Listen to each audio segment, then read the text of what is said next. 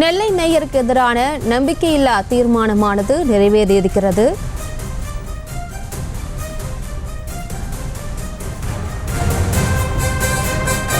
மணிக்கு வாக்கெடுப்பு நடத்தப்படும் நிலையில் கவுன்சிலர்கள் யாரும் வரவில்லை. நெல்லை மேயருக்கு எதிரான நம்பிக்கையில்லா தீர்மானம் தொடர்பாக தற்போது வாக்கெடுப்பு நடத்தப்படுமா என்ற கேள்வி எழுந்திருக்கிறது. நெல்லை மேயருக்கு எதிரான நம்பிக்கையில்லா தீர்மானம் தொடர்பாக கவுன்சிலர்கள் யாரும் வரவில்லை. 11 மணிக்கு வாக்கெடுப்பு நடக்கும் என்ற நிலையில் கவுன்சிலர்கள் யாரும் வராததால் தற்போது வாக்கெடுப்பு நடத்தப்படுமா என்ற கேள்வி எழுந்திருக்கிறது. அண்மை செய்தியாக பார்த்து வருகிறோம்.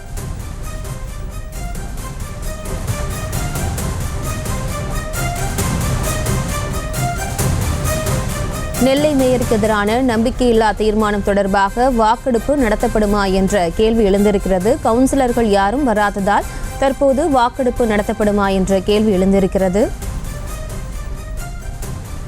கூடுதல் விவரங்களை செய்தியாளர் புருஷோத் வழங்கிட கேட்கலாம். புருஷோத், வணக்கம். மேலும் விவரம். வணக்கம்.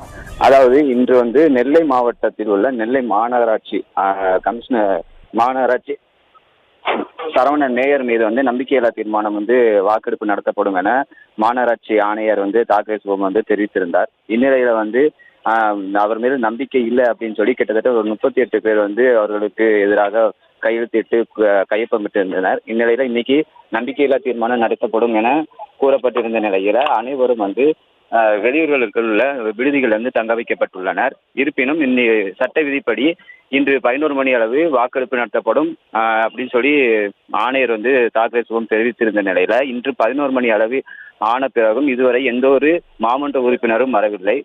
இதனால் மாநகராட்சி அலுவலகம் முழுவதும் போலீசார் குவிக்கப்பட்டுள்ளனர்.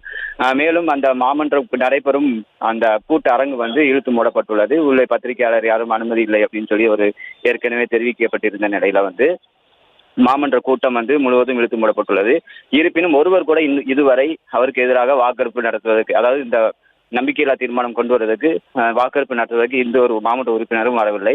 இந்த சரவணன் மீது நம்பிக்கையில்லா தீர்மானம் கொண்டு வர வேண்டும் எனில் கிட்டத்தட்ட 75% வாக்கு பதிவுபட வேண்டும். அதாவது இங்க கிட்டத்தட்ட 55 மாமன்ற உறுப்பினர்கள் இருக்கக்கூடிய இடத்துல கிட்டத்தட்ட 40 44 வாக்குகள் பதிவு பெற்றால் மட்டும்தான் நம்பிக்கையில்லா தீர்மானம் கொண்டு வர முடியும். அப்படி இல்லாத பட்சத்துல அவரே தொடர்ந்து செயல்படுவார், மேயராக சரவணனே செயல்படுவாருங்கிறது நியதி.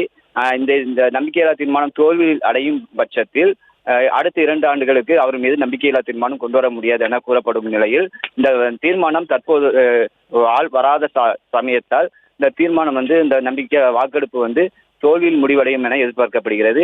தோல்வியில் முடிவடையும் பட்சத்தில் சரவணனை இந்த திருநெல்வேலி மாமன்ற மேயராக தொடர்வார் எனவும் கூறப்படுகிறது.